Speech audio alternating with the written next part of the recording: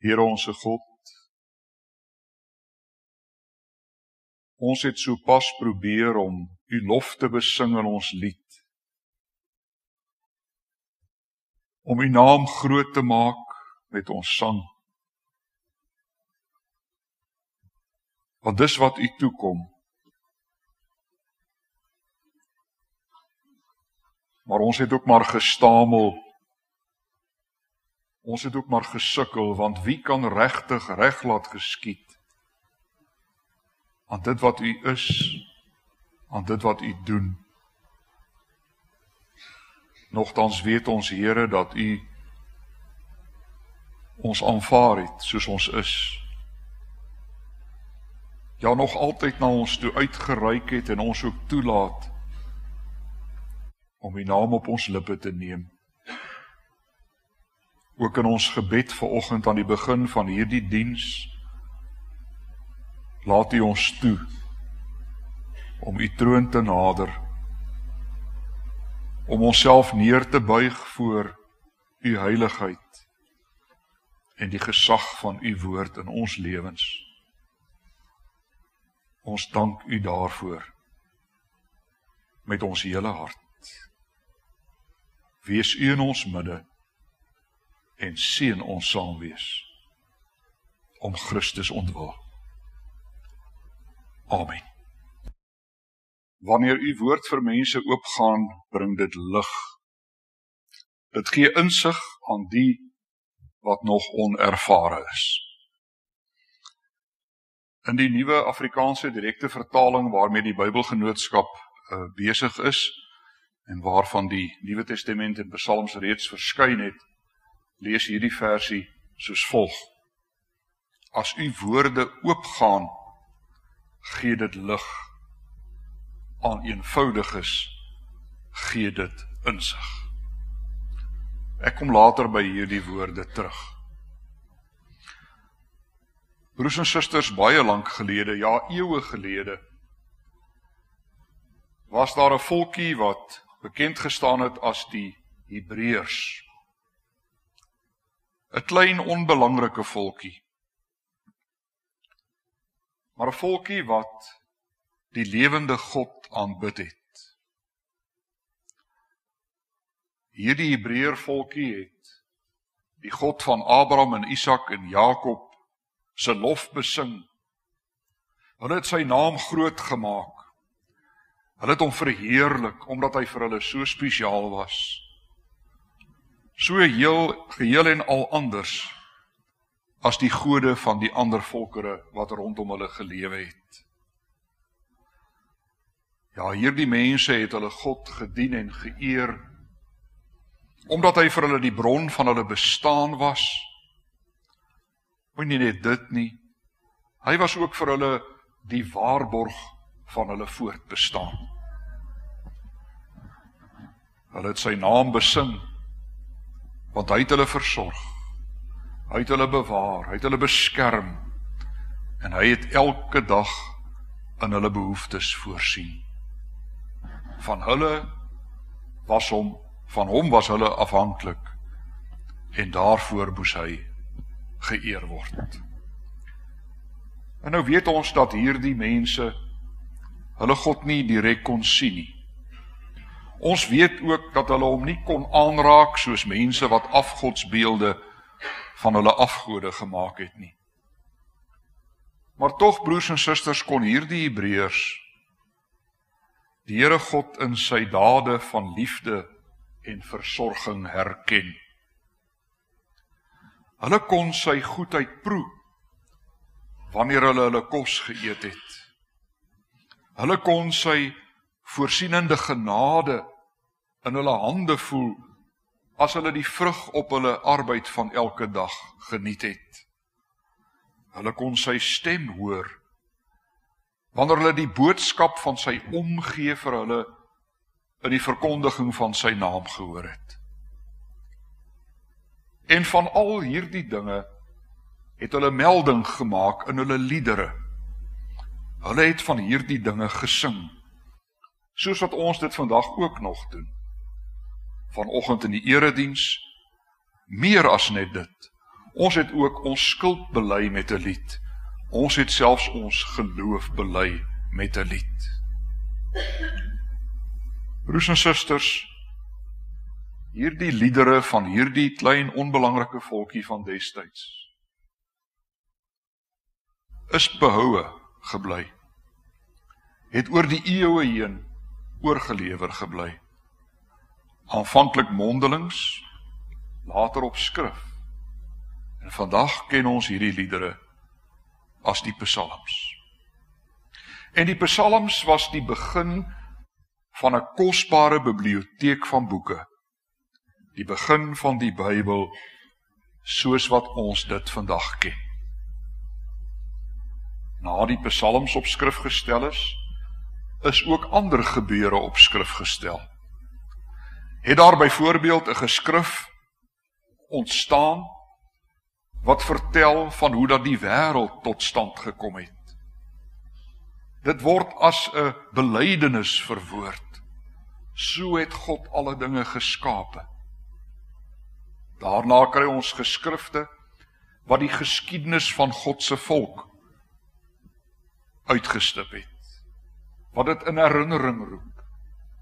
Ons kry ook geskrifte van onderrig, geskrifte met wyshede, en dan kry ons die profetiese geskrifte, baie van hulle, wat geskryf is om destyds vir die volk van die Here, toe hulle in ballingskap verkeer het, weer hoop en troos moes bied. En uiteindelik het hierdie klompie geskrifte, wat losstaande eenhede was, saamgekom in die vorm van 'n bundel geskrifte. En dit ken ons vandag as die Ou Testament.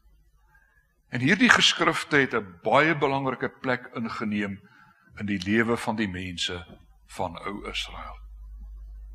En dit was dan juis ook vir die mense in die tyd toe Jesus hier op aarde was, hulle Bybel.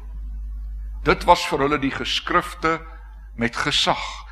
Dit was vir hulle God aan die woord. Ons weet dat die Here Jesus die mense ook uit hierdie geskrifte geleer het. Hy het dikwels daaruit aangehaal. Hy het met aanhalings daaruit ook die skrifgeleerdes en die fariseërs tereggewys.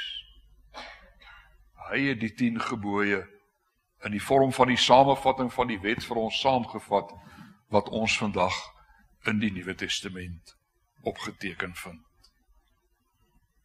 Maar wanneer Jesus dan na sy dood en nadat hy sy werk hier op aarde voltooi het,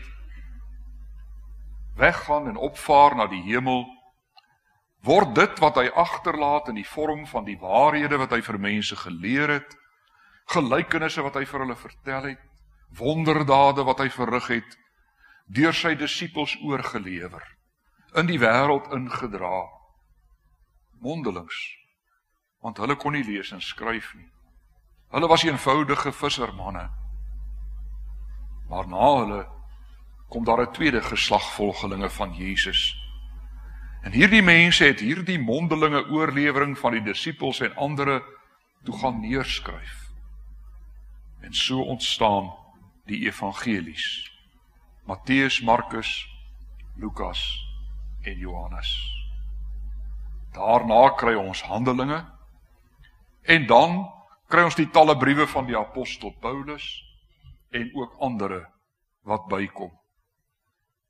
En dan, broers en susters, so ongeveer 300 jaar na Christus, is daar soveel geskrifte van dieselfde aard en met dieselfde inhoude in omloop, dat die kerk van destyds 'n besluit moes neem oor watter van hierdie geskrifte moet as gesaghebend beskou word, moet kanoniek verklaar word, moet deel word van die Bybel, die boek van die kerk. En nadat hulle daaroor lank beraadslaag het en daaroor gebid het, kom die Nuwe Testament dan tot stand, soos dat ons dit vandag in ons Bybels het. En word hierdie geskrifte saam met die Ou Testamentiese geskrifte sedertdien as die boek van die kerk, as geloofsboek, ja, as die woord van God, deur die kerk van Jesus Christus erken en aanvaar en bely. En van daardie tyd af het hierdie biblioteek van boeke oor al die eeue heen gedien as 'n norm vir Christengelowiges se lewens. Ons weet vandag dat die Ou Testamentiese boeke in Hebreëus geskrywe is, sekere gedeeltes daarvan ook in Aramees. Later kry ons 'n vertaling daarvan in Grieks. Ons weet dat die Nuwe Testament aanvanklik in Grieks geskrywe was. En dan kry ons daarna die baie bekende Latynse vertaling, die Vulgaat. 'n Vertaling wat deur die gewone man op straat nie gelees en verstaan kon word nie, wat eintlik die boek van die amptenary van die kerk was. Maar dan kom die kerkhervorming. Die kerkhervorming bring die Bybel terug na die gewone mens op straat. Die Bybel word vertaal in daardie tyd, in die inheemse tale van die destydse Europa. Duits, Frans, Engels, Nederlands, nog baie ander.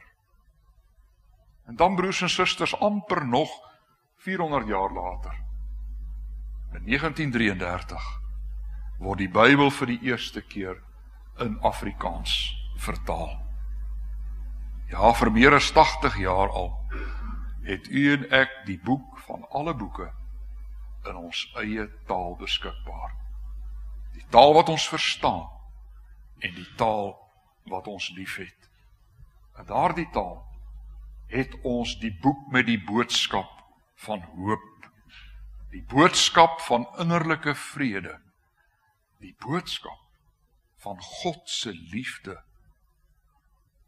God se vergifnis vir sondaars soos u en ek. Daar is vandag baie boeke in hierdie wêreld. Daar is baie boeke in baie biblioteke, in baie tale, in baie lande in hierdie wêreld. Maar sê nou maar, u moes net een boek kies.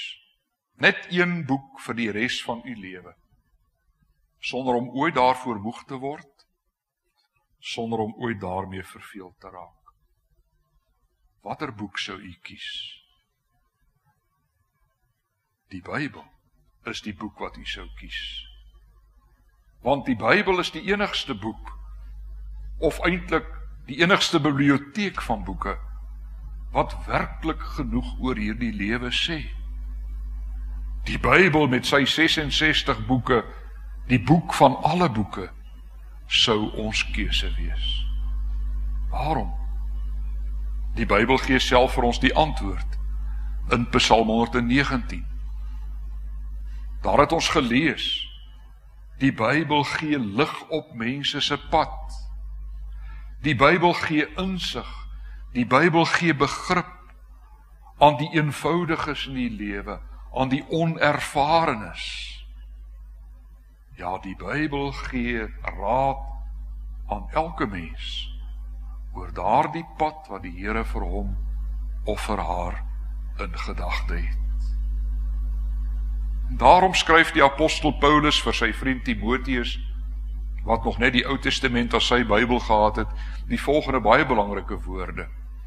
Hy sê vir hom, Timoteus, die hele skrif is deur God geïnspireer en het groot waarde om in die waarheid te onderrig, om dwaling te bestry, om verkeerdhede reg te stel en om 'n regte lewenswyse te kweek, sodat die mens wat in diens van God staan, volkome voorberei en toegerus sal wees vir elke goeie werk.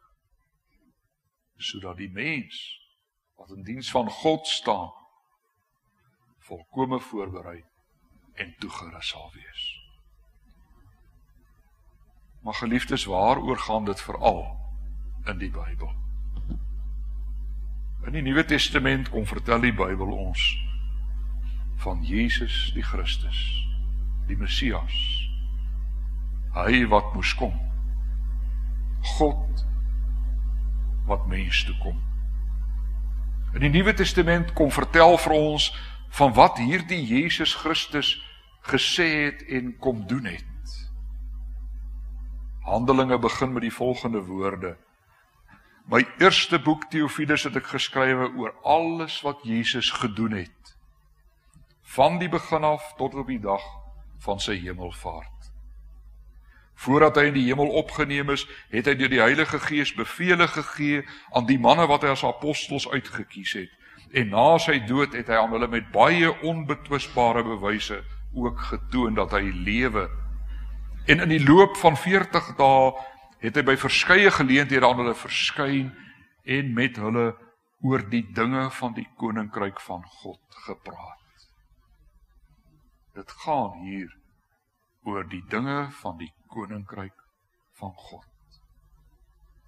Ja, broers en susters, die Bybel kom stel ons in die Nuwe Testament voor aan God die Seun, aan Jesus die Christus. En deur die onverstaanbare werking van die Heilige Gees word die Here Jesus Christus vir ons baie meer as net 'n historiese figuur. Hy word vir ons in ons lewens 'n lewende werklikheid. En dan gebeur daar twee belangrike dinge in ons lewe. Dan sien ons onsself nie meer raak soos wat ons graag wil hê ander mense ons moet raak sien nie. Dan begin ons onsself raak sien soos wat ons werklik is. Sondaarmense, vol gebreke. Maar terselfdertyd verneem ons dan ook hoe dat die Here God ons raak sien. Deur die oë, die genadige en liefdevolle oë van sy Seun, Jesus Christus. Hy wat vir ons intree by die Vader. En broers en susters, wanneer ons dan die Bybel lees, word die verhale van Moses en Elia en van Dawid en van Jona baie meer as blote vertellings. Hierdie verhale word dan inderdaad vir ons getuienisse van hoe dat God in mense se lewens besig is.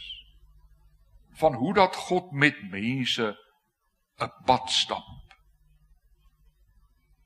En dan besef ons op 'n stadium, maar dis nie iets wat net waar is vir hierdie mense uit die verlede nie. Dis vandag nog waar en dis vir ons ook nog waar. En so kry die Bybel dan ewige waarde in ons lewe. Want die geheimenisse van hierdie lewe word in hierdie boek vir ons aangespreek. En dit word vir ons ontrafel. En dan gebeur die uiteindelike wonder. Die wonder dat ons ontdek wat die doel van ons lewe is. Dat ons ontdek wat die sin van beproewing en van lyding is. Dat ons ontdek hoekom ons leef, maar ook hoekom ons moet sterf. En dan veral dat ons ontdek hoekom daar onder alle omstandighede van ons lewe, al gaan dit met ons ook hoe sleg, daar steeds hoop, daar steeds vreugde en daar steeds blydskap kan wees. Ja, hierdie boek, die Bybel, gee vir ons die antwoord op die vraag, die lewensbelangrike vraag, hoe kry ek as sondaarmens vrede met God? Dit wys vir ons hoe lewensangs lewensvreugde word. Dit wys vir ons hoe sterwensangs berusting word. Soos Psalm 23 dit so pragtig uitdruk, selfs al gaan ek deur donker dieptes, sal ek nie bang wees nie, want U is by my. In U hande is ek veilig. Of soos die ou vertaling dit stel, al gaan ek ook in die dal van doodskadu weer, ek sal geen onheil vrees nie, want U is met my. U stok en U staf, die vertroos my. Of, soos die nuwe direkte vertaling dit stel, selfs as ek in die donkerste kloof ingaan, is ek nie bang vir gevaar nie, want U is by my. Dit is U staf en U stok wat my gerus stel. Geliefdes, sien U die plek van die Bybel in 'n mens se lewe? Om hierdie rede kan die Bybel mos nooit maar net 'n plek in die boekrak of op die bedkassie of iewers onder in 'n laai inneem nie. Nee, die Bybel is geregtig op 'n plek waar dit regtig saak maak. In 'n mens se hart, maar ook in 'n mens se lewe. Want, en dit sê die Bybel van homself, waar die woord kom, kom lig. En waar lig kom, wyk die duisternis en wyk die twyfel, ja, wyk selfs die angs, die bang wees vir die dood. Ek sluit af met 'n vraag aan elkeen van ons. Gaan ons hierdie groot waarheid net vir onsself hou? Nee, dis te groot. Dis heeltemal te kosbaar om dit selfsugtig net vir onsself toe te eien. Ons het dit verniet ontvang. Daarom moet die woord in gehoorsaamheid aan Jesus se opdrag gesaai word, uitgedeel word. Die woord moet by wyse van spreuke vlerke kry. Ja, dit moet uitgedeel word sodat hulle wat nog in die duisternis lewe ook lig kan sien. En in hulle lewe van elke dag, net soos ons, die genade van God en die liefde van Christus en die vrede van die Heilige Gees kan belewe. My broer en suster, kom ons gaan doen dit. Elkeen op ons eie manier, met woord en met daad. Want dit is hoe die Here elkeen van sy kinders wil gebruik. Amen. Kom ons dank nou saam. Here onse God, baie dankie vir U woord. Baie dankie dat dit deur die eeue heen oorgelewer is. En tot in hierdie dag nog tot ons spreek. As U woord. As die waarheid. As die bron van ons kennis van die lewende God. Baie dankie dat U Gees hierdie woord vir ons waar maak. Baie dankie dat hierdie woord die waarheid geword het vir elkeen van ons, op die tyd en die plek en die wyse wat U dit goed gedink het, en dat dit vir ons die rigsnoer op ons lewenspad is. Here, dankie dat U ons ook seën met 'n geloof en met middele, sodat ons ook arbeiders in U wingerd kan wees wat hierdie woord uitdra en uitdeel in 'n donker wêreld. Gee dat dit ook vir mense lig sal word, wanneer ons deur U gebruik word om dit te deel met ander mense, wat U op ons pad bring. Ons dankie vir ons saamwees rondom U woord, en ons bid nou ook om U vrede vir die res van hierdie rustdag, en U seën in ons lewens van elke dag, in die week wat voorlê. Ons dra hierdie gemeente en elke lidmaat in Amstraat aan U op. Ons bid Here vir seën, ons bid vir geloof, ons bid vir krag, ons bid vir hoop. Veral in tye wat nog moeilik is,